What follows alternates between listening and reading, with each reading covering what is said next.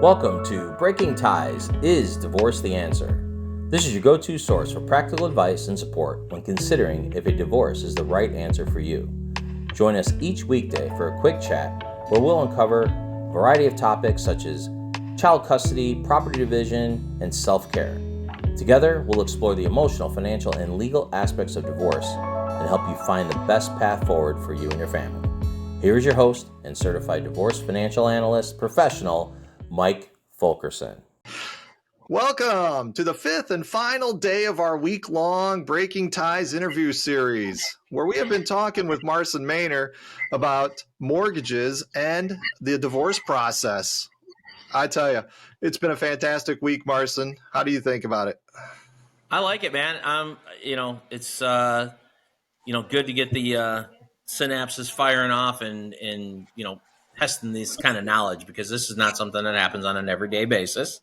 And but I know it's needed. It's people are not sure where to go, where they can turn, and I think you putting this out and providing a platform for them to get some answers that no judging, no nothing, man. It's just, this is what it is when you're going through this, and it's good to get the right info. So I think you're on the right track, putting some good stuff out there, man. Well, thanks. I appreciate that. And I tell you, it's the information you've been provided. I mean, even I've learned a few things from your processes and how it works on your side. And cool. For those listeners who don't know, like I said, this is the fifth day. We have 4 other mortgage and divorce question and answer sessions through the previous 4 days. So go back, listen to them. You're going to get some great information. And, really, Marson's been fantastic. And for those of you who are here the first time, Marson is a loan officer with Geneva Financial and has years of experience in mortgages. And it's really showing through this interview. Huh. You seeing lines on my face or something, man? What are you talking about? No, I'm just kidding. No, you're looking as suave as ever.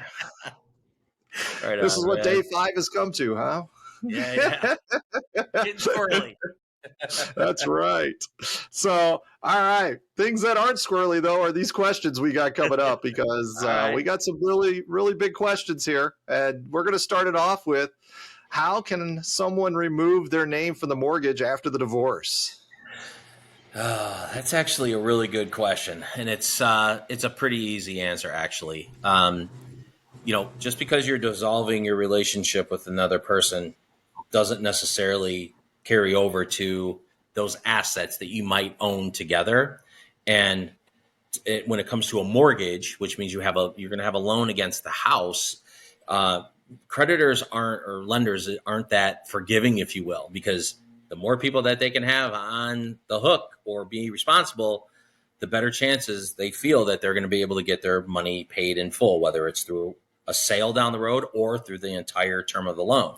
So they're not usually willing to just remove one of the spouses because they're getting divorced. Like, hey, I'm not going to be living in the property anymore. We're going to sign a quitclaim deed to get me off the title, and I just can't, be responsible. Well, that's not their concern. Their concern is our mortgage going to get paid? Now, there are options to be able to do it, but just to simply call up your lender and ask them to remove doesn't hurt to try. I'm not saying not to do that, but chances are you're going to have to either sell the home or refinance, which means you need to remove that mortgage from your name. Bottom line. Right. Yeah. Okay. Yeah. Yeah. It's never easy. The divorce process itself is never easy. So why would mortgage process be any different? Yeah. Now, when we look at finalizing the divorce process, as far as the house goes, is there any way the house is used as leverage for, say, the marriage settlement agreement? It can, from a simple fact, and this we might go down a rabbit hole with the explanation, but the thing is there's equity in a home, even though a home is a liability. It also can be an asset. It's one of those things because it does gain in value, right? So it's an asset, and the debt typically decreases as the value increases. So it can be a powerful asset to leverage during a divorce situation, because that equity could stay in the house if one of the spouses decides to stay in the home, and the other spouse that's vacating doesn't want to necessarily have any of that equity, they can use that as, hey, there's $200,000 of equity in the house. Instead of, us doing X amount in alimony or X amount in child support, which I'm not a fan of any of that. I'm just saying it's all negotiable, but other assets, other like 401ks and retirement plans. I mean, it can get nuts out there with, who gets what type of thing. So the house is just a part of that. You don't necessarily, unless you need the money, you don't necessarily need to do anything with the property. Just leave the equity in the home. You're not forced unless that's part of your divorce settlement, so to speak. So Right. that answer the question. I know it's a little roundabout, but I want to make sure, nothing is like mandatory. It's like Right. everything is negotiated, It's exactly. And so when you look at the assets, that's what this is. It gets divvied up with the rest of the assets, and it's negotiated through the attorneys for each particular client. So, but the house, like you said, it does have value. Yeah. Now, probably looks like our last question here. What happens if one of the spouses refuses to cooperate with the mortgage arrangements? Well, they're going through a divorce and there's going to be a court settlement. So the judge is going to have their final say. And if it comes down to the judge saying that one of the spouses has to do something versus not do it, that's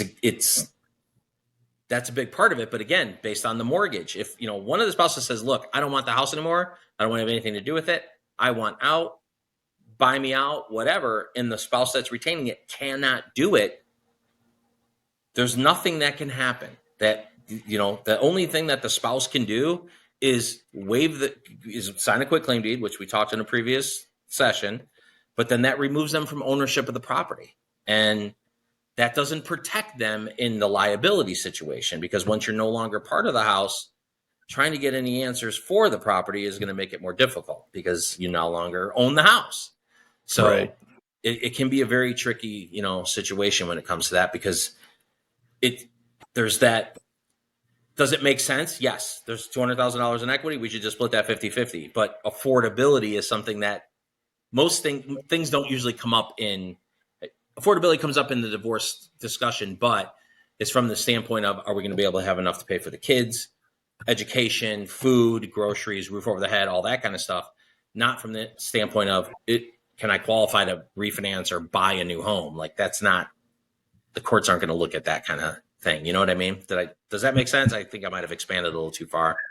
It's hard not to expand when there's so many different scenarios and facets of the divorce process and how it works and functions and stuff. And so I think that's actually kind of a good way to end our week-long series, is the fact that it can go lots of different ways. There isn't one right solution for any divorce. It's going to depend on the conversations that are taking place between the two spouses getting divorced, the attorneys that are in the negotiating phase of things, and then the judge giving the final stamp of approval.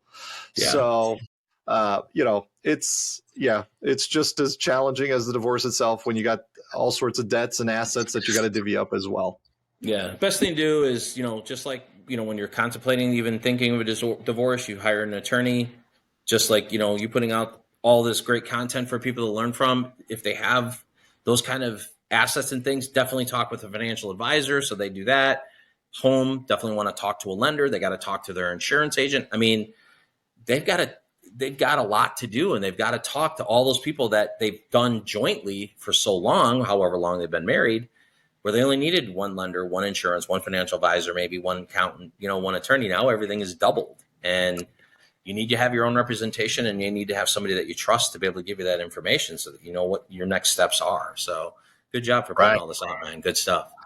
Well, thanks. And hey, I want to thank you for coming on this week and sharing what you know with the listeners. Appreciate that. It was my pleasure.